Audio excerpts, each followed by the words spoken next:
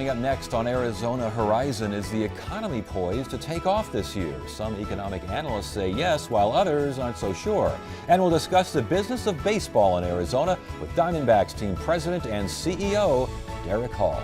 Those stories next on Arizona Horizon. Arizona Horizon is made possible by contributions from the Friends of Eight, members of your Arizona PBS station. Thank you. Good evening and welcome to Arizona Horizon. I'm Ted Simons. The state Senate voted today to make additional changes in the budget passed by the House last week, changes that could spur the governor to veto the spending plan.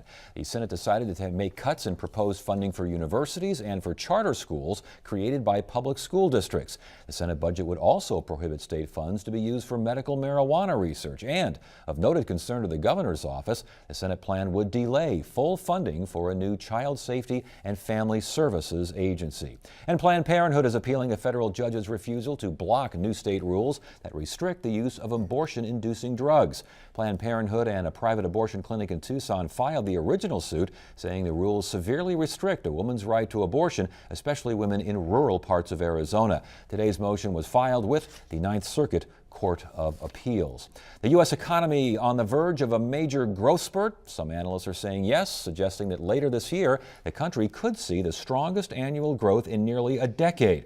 Joining us now to offer his thoughts on the possibility of a brighter economic outlook is Dennis Hoffman of ASU's W.P. Carey School of Business. Good to have you here. Good to see you again. Great to be back here, Ted. All right, U.S. economy, we're just ready for a breakout. You buying this? And so you brought Pollyanna Hoffman in here to endorse this. We'll see about that. Right. Well, to be honest with you, I was a bit more optimistic last year. I talked about baseline growth, the most likely growth, kind of same old, but a distinct possibility of breakout to the upside. And so it really kind of looked that way to me last year. And then, of course, we faced a lot of headwinds. And, some of those were self-inflicted with Congress.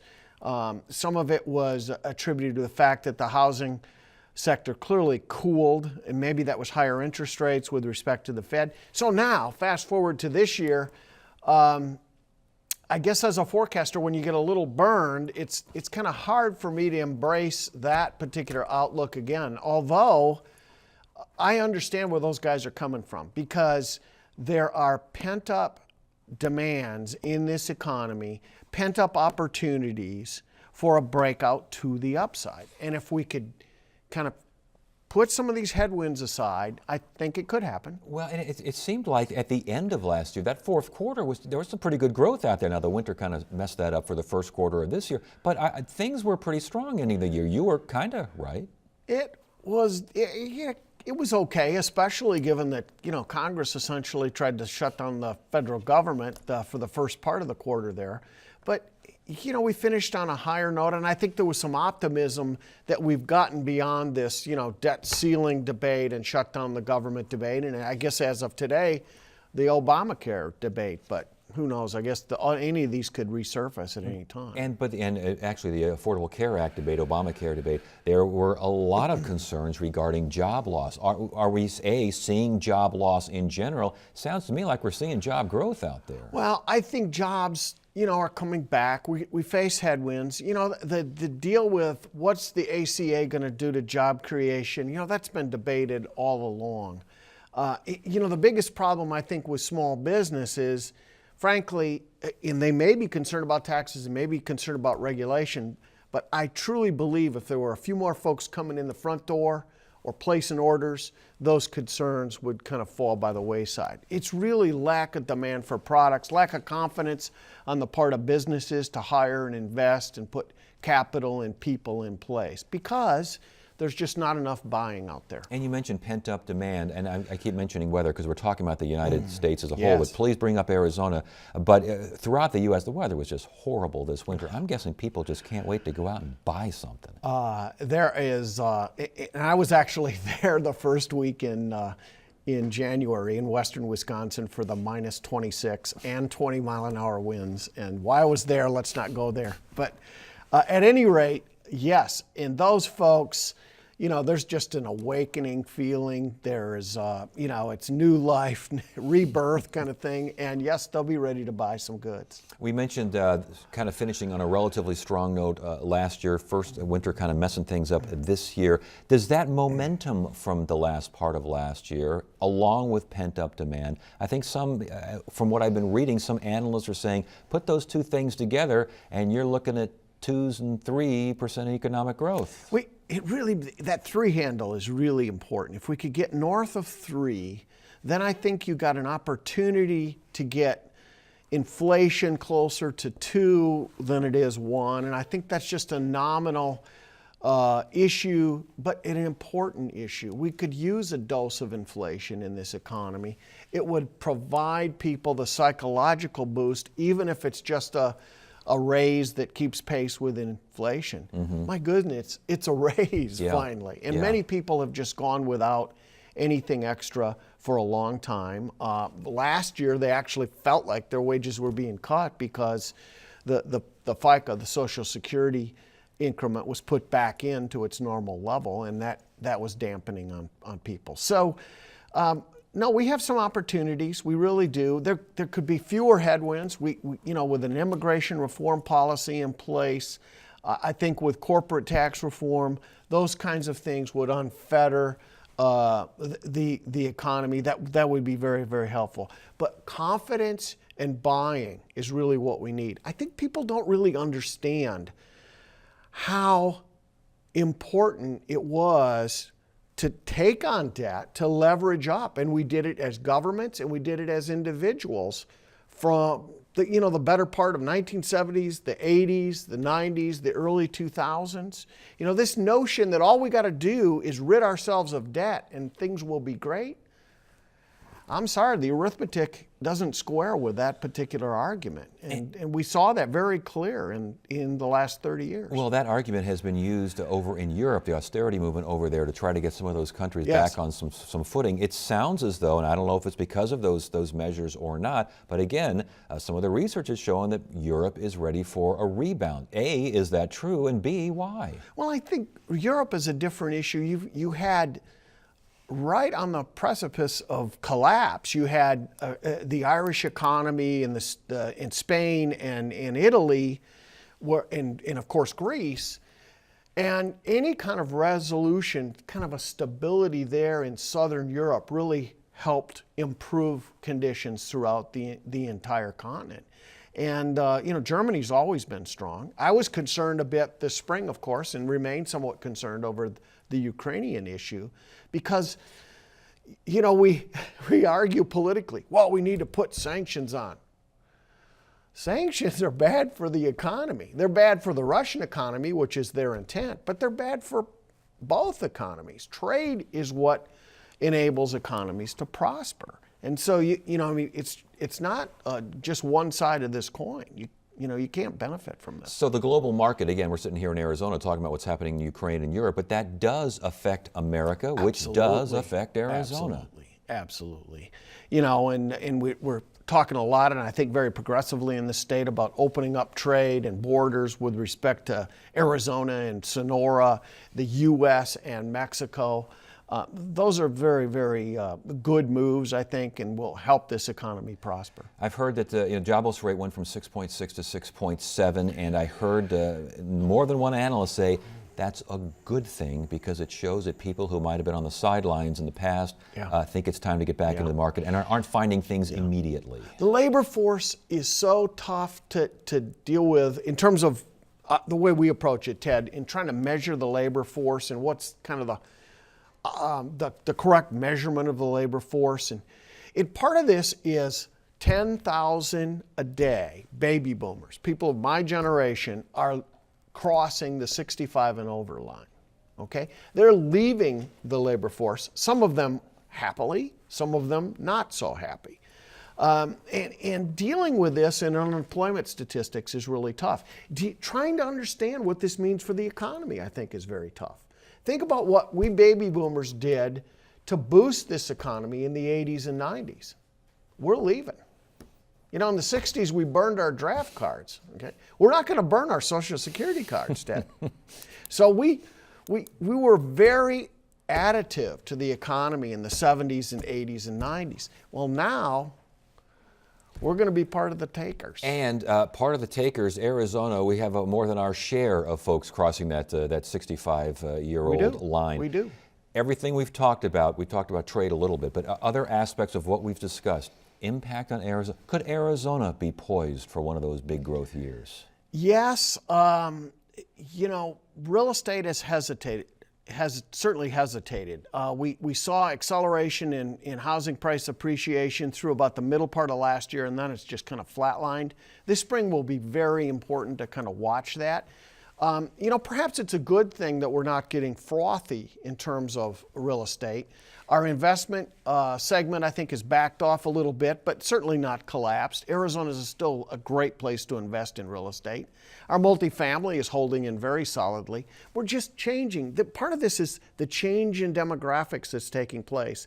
It's difficult to estimate how many people really want to own homes going forward. Do they want to rent versus own? Yeah, we've discussed that a lot, especially the very young, the millennials. They're not all that interested in owning anymore because they see what happens when you do own. My generation wanted to own, yes, but we're fading away. And you wanted a car too, and not many of the millennials Indeed want we the do. Last question before you go here.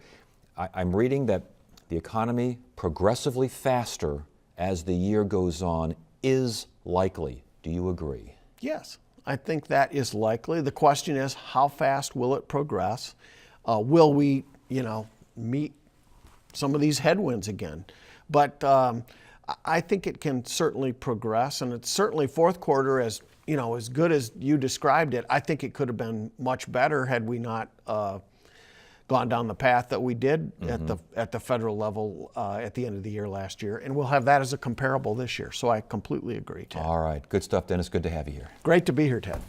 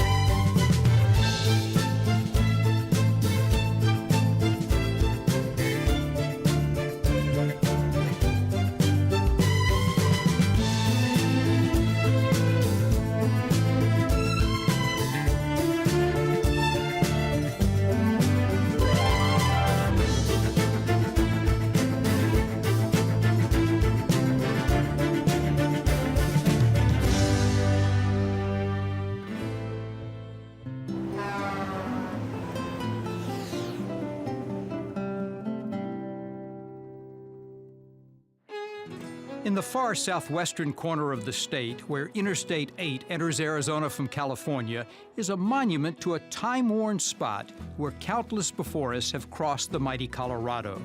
Native tribes such as the Mojave, Quechan, and Cocopah once lived here. Europeans arrived in 1540, when Spanish soldiers took rowboats north along the River of Good Guidance.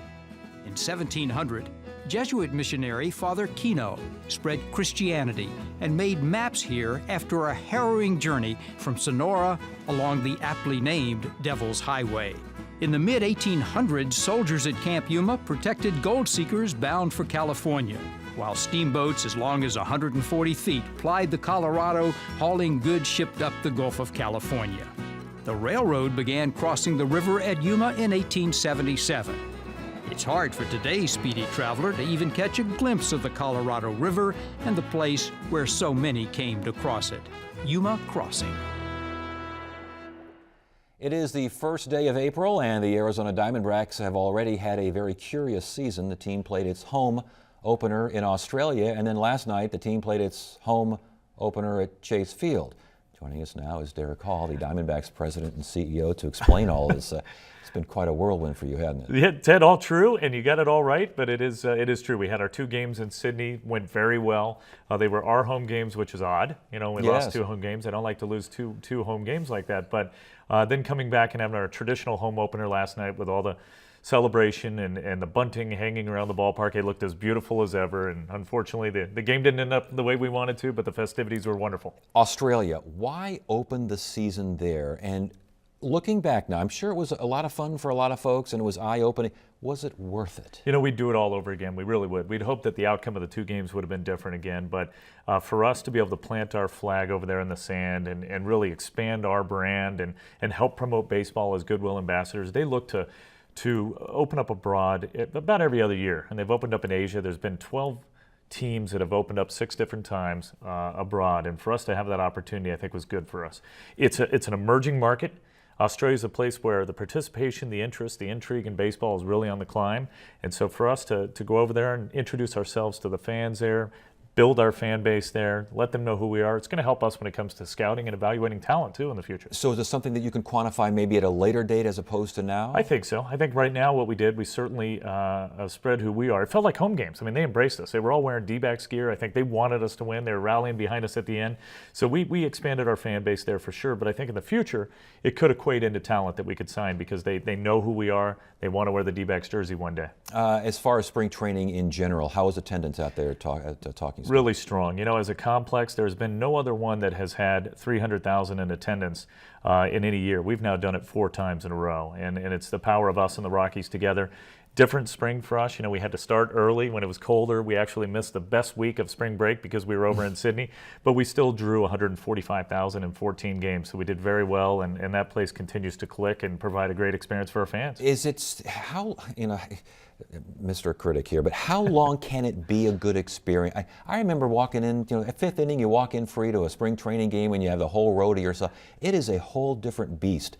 Is there a threat now that you could lose a little bit of that homespun, the affordability, the ability for folks to go out there and catch a game? I don't think so. I mean, you have to challenge yourselves to remain affordable. It is unique that Chase Field is actually more affordable than Salt River Fields. However, the experience is so good, and people come from all over the country. Now the Cactus League is really booming. You know, I'm not sure about the Grapefruit League as much as it is in the Cactus League, but this is a baseball market. Fans like to come out here. They like to watch ASU play baseball. They like to watch the Diamondbacks play baseball, the Cactus League, the Fall League. So it just spills over. It really works for us, and they get to build that relationship, the interactivity, the intimacy with our fans and our players each and every day out there, even before the games start on the backfields. That's important for us, and I think that's going to continue to build, and we're going to see the demand be there for a long time. The question now is, can you get that demand over to Chase Field? That's a unique position for you guys. You got Diamondbacks fans who spend their money in spring as opposed to regular. How do you change that? No, you're right, Ted. And we have to make sure they don't get enough of their baseball fix for spring training. It's more of getting in the habit, wanting to see this team, knowing who the players are, getting involved and getting interested in the product so that they want to come over to Chase Field and watch that team. And we get that feedback. A lot of people went to their first Cactus League game or their first Major League Baseball game at Salt River Fields. They loved the interaction. They got autographs. They liked the experience. They wanted to come over to a regular season game and see if it was the same, and it is. As far as just the game of baseball, the business of baseball, there's a lot of talk. NFL is just so huge right now. Right. TV, video games, so huge. Baseball seems like it's from another era. Can baseball attract that modern mindset, or does baseball hurt itself by trying to attract those folks? Yeah, it's a catch-22 because we really are, you know, America's pastime, and it's the one game where it's the family sport and you can pass it down from tradition to tradition, yet we're as healthy and popular as we've ever been. We're an $8 billion company or industry when it comes to revenues. You know, I can tell you the Diamondbacks, we're at an all-time high when it comes to revenues, to ratings. You know, our attendance right now as an industry is at an all-time high. We've never been healthier. So it's the NFL, Major League Baseball that are really booming. And, you know, we like to say, Ken Kendrick and I, you think back 50 years ago, what were the 3 most popular sports? And in no particular order, it was Major League Baseball, horse racing, and boxing. Today, it's Major League Baseball, NFL, and take your pick on the third one. We need to make sure 50 years from now, Major League Baseball is still on that list. But is there a concern that the audience is graying? I think with every sport we are. You know, we're all worried about the competition, about the options, about the lack of attention span. So I think, sure, we all have to challenge ourselves to make sure that we introduce new technology, to make sure that the experience at the ballpark is unlike any that you could get at home or with any other sport. And we're advancing. We really are. The network is doing great. MLB Advanced Media, which is our online version, is doing fantastic. People are watching games online. The subscriptions are up. That's the younger audience that we have to appeal to. Now, we have to make sure, you know, that our older audience, fans, they're still there. And that one is, we're already talking to that older audience. We have to make sure that we connect with the younger audience and carry that on into the years. Some of that success, broadcasting success especially, is translating to a team in your division that is spending money like there is no tomorrow. Right. I want to take this from a Diamondbacks fan's perspective. How does a fan for the Diamondbacks think we got a chance when they're spending, was it $230 some odd million? $241 million on opening day, the Dodgers are, and we're at our all-time high payroll, and we're about 115. You know, and that's a big disparity. And I think that makes the rivalry even better. I think that makes our fans want us to beat the Dodgers even more, or the Giants even more. The entire division is competitive, but we can't worry about what they're spending. We have to worry about doing business the right way. And the big difference there is a team like that can afford to make a mistake. I mean, Ted, if we make a mistake and it's a big ticket item, we're in trouble. We can't really recover from that. If you're the Dodgers and you make a mistake, you just write a check for another player and just turn the page. We can't do that. So we have to still scout properly, draft properly, develop those players from within, contain them, you know, control them through their arbitration years, hopefully through their early free agency years, and build around that. Indeed, and it seems as though, because you really don't have a choice. I mean, if anyone's sitting there playing numbers games, they're just saying, goodness gracious, they can buy everything, and we're lucky if we get. However, when we do have young talent like the Adam Eatons and the Tyler Skaggs and the Trevor Bauers and stuff, people get excited, and then they're gone. What's going on there? Well, Adam Eaton, goodness gracious, what happened to that guy? Oh, he's going to be a terrific player. Again, it's a matter of if we're doing it right like we are, and we do have so much talent there and top prospects as we have, you have a surplus, you have an abundance, and you can make moves to try and fill other holes. When we had two center fielders, A.J. Pollock and Adam Eaton, you have to make a decision because you want Parra to play, and you've made a move for Trumbo, and you also have Cody Ross in the wings. You can now go and get a piece that you need. And we were able to go get Addison Reed because last year our big hole was blown saves. So we go out and we get a closer who had 40 saves last night, same old story, but 40 saves for a team that was not very good last year. Last point on this, is it good for baseball, healthy for the game to have 240 some odd million on the coast? And what are the Astros? Are they even at 100 million? No, not even close. And I don't think so. I think ultimately, you know, it'd be nice to shorten that parity, you know, bring it down. The competitive balance needs to be much more evenly balanced. And we'll figure that out one day through collective bargaining. We really need to, because I think, like you said, how do fans know? First day of baseball, when opening day comes, all 30 teams think they have a chance. Right. How is that the case, say, 3 months from now, that we still do truly all have a chance? When we know there's really only a handful of teams that have a chance to win, and we think we're one of them, but you know, we've gotten out to a slow start, and we got to pick it up now. Steroid testing, new rules in place, or are they in place yet, or are they just being proposed? No, they're in place. Yeah, even stricter penalties right now, which is good. It was 50 games for your first-time offense, 100 games for your second, lifetime after that. Now it's basically the season. You know, you've got 81, 162, and a lifetime ban. And that, I got to give credit to the players too, because both sides realized it's a problem. We want to have a very clean sport, and I think we police ourselves, and we're always held to a higher standard than the other sports, better than any other sport as well. I'm proud of it. There are some who say that until contracts are voided over something like this, you're still going to get problems. Is it even realistic to think about voiding contracts for offenders? Again, that's going to be one that we have to bargain with the union for. Very strong union. You know, the Players Association is tough, and they've bent already, you know, quite a bit to get to where we are. I know they do want to clean it up. I think they're going to do all they can to make sure that we get to a point where both sides are very happy. If that's it one day, that would be great. But I do think we are much different today than we were 5-10 years ago. Injuries, spring training, early part of the year. Obviously, the Diamondbacks have been hit with some serious injuries that are going to affect the team. A lot of teams are going, Texas, Atlanta, a lot of teams are getting hammered, but are you seeing what's going on out there? Really are. It's an odd year, and I get asked that now. Are we doing things differently? Yes. Should we go back to old ways? I think we're more cautious today than we've ever been. I mean, Ted, I look at, you know, the pitch counts and the days of rest that we have now, and the technology and medical attention that we have. I think we're better now than we ever have been. I just think it's a really strange year. It all happened at once. And we've got 4 guys that have undergone Tommy John surgery in our clubhouse.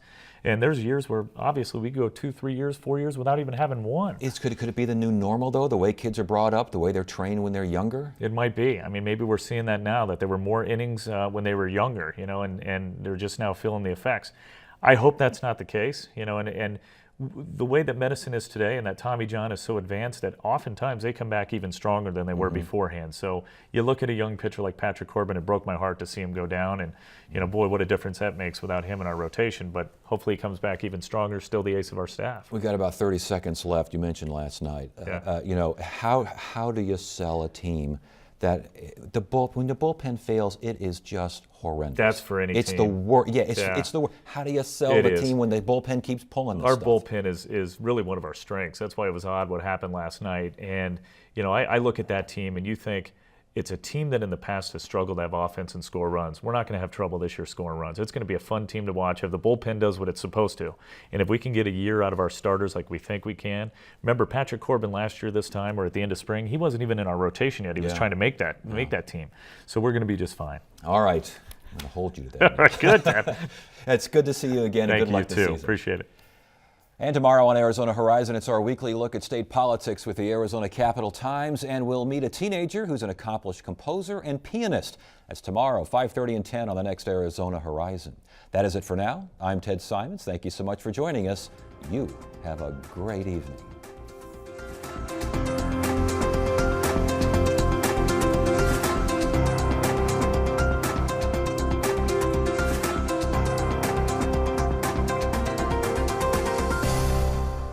Arizona Horizon is made possible by contributions from the Friends of 8, members of your Arizona PBS station. Thank you.